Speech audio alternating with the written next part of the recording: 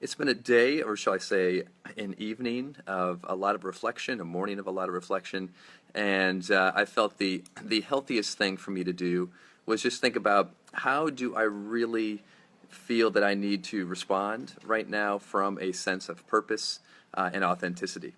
And so, for if anyone is wondering, this is not going to be a political conversation. I will be completely transparent with everyone. I did not vote for Donald Trump. And so, yes, I woke up this morning. I went to bed last night with a whole lot of sort of disappointment, frustration, embarrassment in my heart. But again, the essence of this talk isn't so much about that as much as it is what now, and what has this last 2 years, what has this election sort of revealed to us as a country, as a world, as a society, as a community, and I think that's what's most important now. The easy thing to do today would be, if you were pro-Trump, to be really excited about the results, and if you were anti-Trump, to be very frustrated with the results. And again, I woke up very frustrated today. But what's more important, and I think I put this out in some message, is, the election is one day that happens every 4 years. What's more important is how do each of us show up and respond on a moment by moment, minute by minute, day to day basis.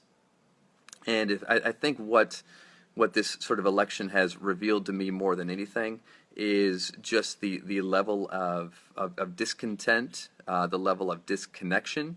Is that a word, disconnection? Yeah, the disconnect, and a lack of empathy and understanding that we have really for half of our brothers and sisters in this country. And when you have an unwillingness to want to understand where the other person is coming from, you have an election that we just had, which was it was vicious, it was toxic, and it's representative of a deep-seated frustration that a lot of people in this country feel. And so what do we do with that now? It's been brought to the surface. If it was sitting there sort of resting under the surface, it has now been brought to the surface. And the question is, what do we do now?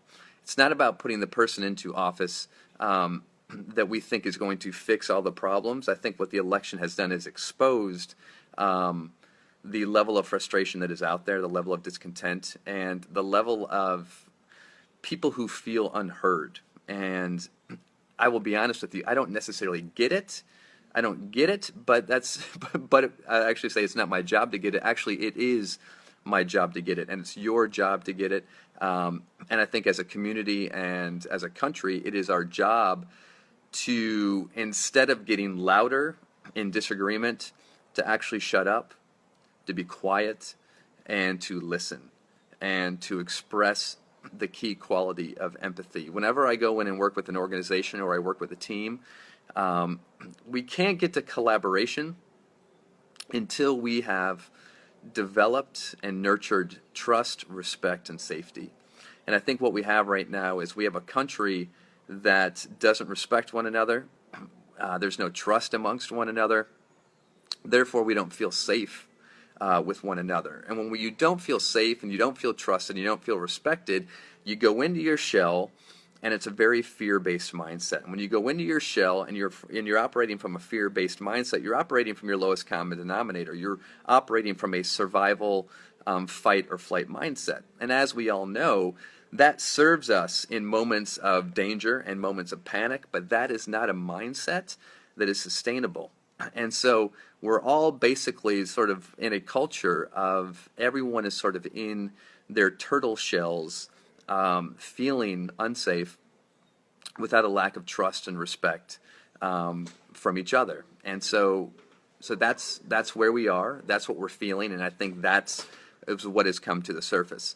So if we truly want to collaborate with one another, if we truly want to make our country great, and I'm thinking beyond borders. I think if we want to make our world great and we want to make it harmonious, we want to make it collaborative. Again, we still have to build that same level of safety, trust, and respect. And how do you do that? You don't build safety, trust, and respect by ignoring everyone else's voices that disagree with you. And I will be the first one to admit I really didn't want to hear what everyone on the other side of the discussion had to say. But the reality is, the only way that we're going to make any progress is by us genuinely caring about those who oppose our beliefs, genuinely caring enough about their views and their perspectives and their beliefs to sit down to have a healthy conversation that is not about convincing them that they're wrong or that you're right, but it's about empathy. It's about understanding the road that they've walked. It's about walking in their shoes. It's about understanding their thoughts, their beliefs, and their perspective, and then yes-anding that. It's about us coming together with those who we disagree with most in order to find compromise, to find commonality, to find compassion.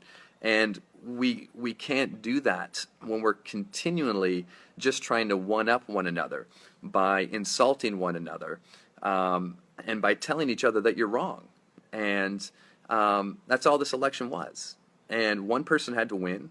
And so if you woke up today, you're feeling like, yeah, either my side, my 50% was right or my 50% was wrong. And the reality is there really isn't a right or wrong in all this. There is a, how is it going to change how we interact with one another? And so if we're going to truly live our own yes and, we have to wake up today and you have to be in acceptance with what is. And with what is that we are a splintered and a fractured nation. And we don't trust one another. And we haven't showed a capacity to care enough about one another to get to know each other through our disagreements. And we see it happening in the minority communities with what's been going on for a long time with the discontent there. And this election is just a greater reflection of that. So the opportunity is, are we willing to come together? Or are we just trying to put up a bigger wall? I'm sorry, no pun intended. Because the wall can never be big enough between our disagreements to create collaboration. I am going to be in complete acceptance with who our president is now, and it's about how I am going to choose to show up on a day-to-day, minute-by-minute, moment-by-moment basis to be about love, to be about compassion, to be about empathy, to understand my brother and sister out there who has felt ignored, and they feel like this election was their chance to be heard. You're being heard now, and you have our attention. And so I think this is a healthy wake-up call for each of us. I'm hopeful. I'm not pessimistic. I'm afraid. There's a good, healthy dose of fear and that I'm dealing with. But at the end of the day, I'm ready to have those conversations with people. And I feel like I did a really good job throughout the whole election cycle of not trying to get involved from a sharing how I disagree with people. I was more mute than anything. But I think the next step is to actually engage with those that I probably disagree with so that I can understand where they're coming from and have love and compassion for them.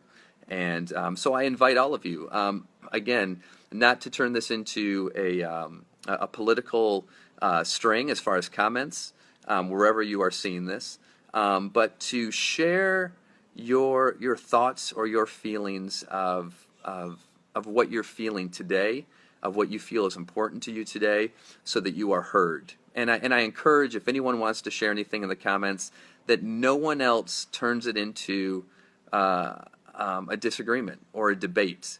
But let's love and respect each other to allow everyone to have their thoughts and their beliefs and their perspective shared, good or bad, and allow them to have that. And let's seek to understand instead of seeking to discredit or seeking to disagree with or seeking to convince otherwise. And so this is what I'm doing today. I'm opening up the conversation. How are you feeling? Why are you feeling the way that you're feeling today? And are you feeling understood?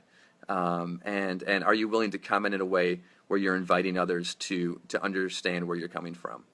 So there you have it, everybody. If this is any value, please share it with others. I would love to open up this conversation to people I don't know.